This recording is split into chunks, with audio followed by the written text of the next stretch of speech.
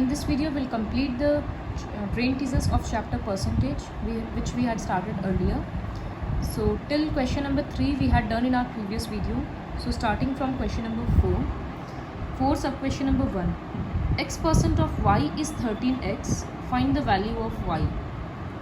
सिर्फ इस पोर्शन को अगर लिखेंगे तो x percent of y is 13x. इसका मीनिंग क्या होगा? x परसेंट हटाने के लिए नीचे में 100, ऑफ के बदले इनटू y, इस के बदले इक्वल्स टू 13x. तो ये x और x दोनों तरफ से कैंसिल हो जाएगा. y इक्वल्स टू 13, 100 ऊपर जाकर मल्टीप्लाई होगा, सो 1300. Second question, find 12.5% of 3.5% of 256. So I am skipping a few steps. 12.5% I am directly writing 25/2%. Of 3.5% I am directly writing 7/2%. Of rupees 256. Then 25/2, percent हटाने के लिए नीचे 100, ऑफ के बदले इनटू, फिर 7/2, परसेंट हटाने के लिए नीचे 100, फिर ऑफ के बदले into 256. So you just have to keep on cutting the numbers.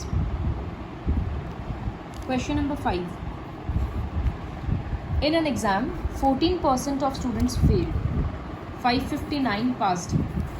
Determine the number of students who failed. यहाँ पर टोटल स्टूडेंट्स नहीं पता, तो टोटल स्टूडेंट्स को x लेंगे. Let the total number of students equals to x. Then percent of students failed equals to 14%. Pass होने का percent हम लोग आराम से निकाल सकते हैं. 100 माइनस 14 इक्वल्स टू 86%. और पास होने का एक्चुअली नंबर भी पता है, 559.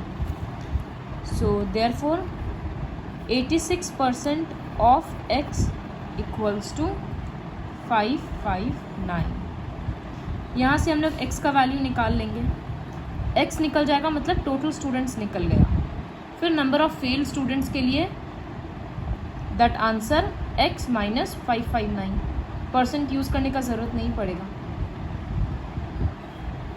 Question number 6. A student needs to score at least 30% of marks to pass a test. If the students gets 135 marks and fails by 15 marks, find the maximum marks of the test. Maximum मतलब ही total marks, वो नहीं पता तो उसको x लेंगे. So right, let the maximum marks be x. Passing marks actually कितना होगा? उसको 135 मिला, अगर और 15 मिलता तो वो पास हो जाता. तो इसका मतलब पासिंग मार्क्स होगा 135 plus 15 equals to 150. Also pass होने के लिए कितना परसेंट मार्क्स चाहिए? 30% ऑफ x. पास होने के लिए एटलीस्ट 30% चाहिए, तो 30% ऑफ x. और हम लोगों को यहाँ पर कांस्टेंट में भी पता है 150 है. ये पासिंग मार्क्स और ये भी पासिंग है. यहाँ से क्रॉस मल्टीप्लाई करके x का वैल्यू निकल जाएगा. So that will be the maximum marks. Now question number 7. A man bot cardboard sheet for 3600 and spent 100 on transport and 300 for labor. He had made 330 boxes which he sold at 14 each. I won't solve the whole question. You know how to find the actual CP. I will only tell you to find selling price. Profit निकालने के लिए CP पता है सबको, add करके निकालना होगा. Selling price क्या है? वो टोटल 330 बॉक्सेस बनाया और हर एक बॉक्स को बेचा वो 14 रुपया में. तो SP of, first you have to find the CP, then you will write SP of one box equals to rupees 14. So total SP equals to 14 into 330. Total CP मिल जाएगा. टोटल SP यहाँ से निकल गया. कंपेयर करके देख लेंगे profit हो रहा है, प्रॉफिट हो ही रहा है, बोल ही चुका है, तो प्रॉफिट का परसेंट निकालेंगे. Question number 8. The SP of an article is 3/4 of its CP. This type of questions we are already done in standard 6. जो पीछे में रहता है उसको x लेते हैं, CP पीछे में लिखा हुआ है तो let the CP equals to x. तो सेलिंग प्राइस है 3/4 ऑफ CP मतलब 3/4x. लॉस का परसेंट निकालना है तो सबसे पहले लॉस निकालेंगे CP minus SP, that means x minus 3/4x. LCM लेकर सॉल्व करेंगे तो ये x/4 आएगा. तो लॉस का परसेंट कितना होगा? Loss that is x/4 by CP, इसका मतलब x इंटू 100%. तो x/4, इस बाई के बाद वाला नंबर रेसिप्रोकल होगा तो ये 1/x इंटू 100%. x कट गया और ये 25 से कट जाएगा. 25% is the loss percent. Now coming to the next question, question number 9. In what time will SI on a certain sum be 3/4 of the principal at 6% per annum? तो इसमें क्या दिया है? सम दिया नहीं है. Let the sum be P. At what time बोला है, इसका मतलब T पूछ रहा है. तो let the sum be P. Simple interest कितना होगा? The simple interest on a certain sum be 3/4 of its principal. इसका मतलब SI इक्वल्स टू 3/4P होगा. रेट ऑफ इंटरेस्ट दे दिया गया है 6% पर annum. You have to find the time. So SI equals to P into R into T by 100. Simple interest के बदले I will write 3/4P equals to P into rate के बदले 6, T के बदले टाइम बाई 100. P और P cancel हो गया. अब तो सारा कांस्टेंट पार्ट्स है, क्रॉस मल्टीप्लाई करके टाइम का वैल्यू आ जाएगा. Coming to the next question, question number 10. At what rate of interest per annum will a sum of this amount to this in इतना years? You will have to do this on your own. Question 11. 40% ऑफ 70 is आ गया तो equals to बैठेगा. तो पहले portion लिख लेते हैं. 40% ऑफ 70 ईज के बदले equals to x more than 30% of 80. तो इसका मतलब 30% ऑफ 80 से x और ज़्यादा है. ये स्टेटमेंट हो रहा है.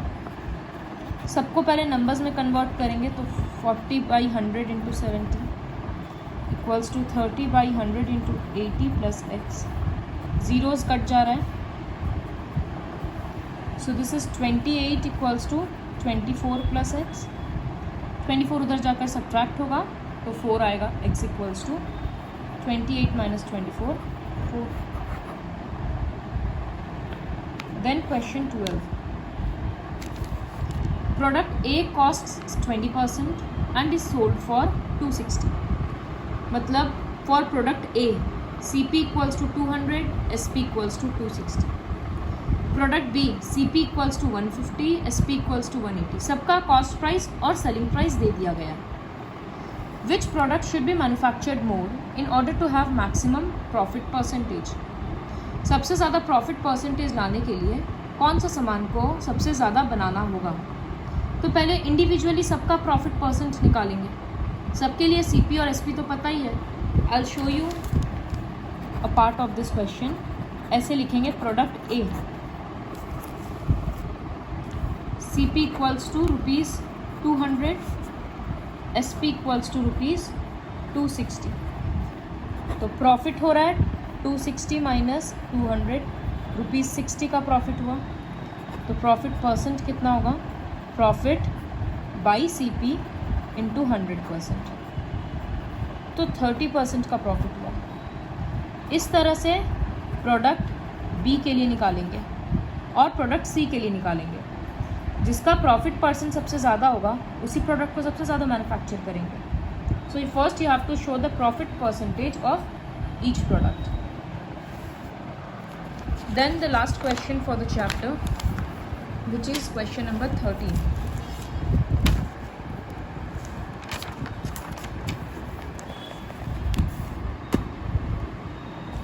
So the question is, I'll just copy the question, it will be easier for me then.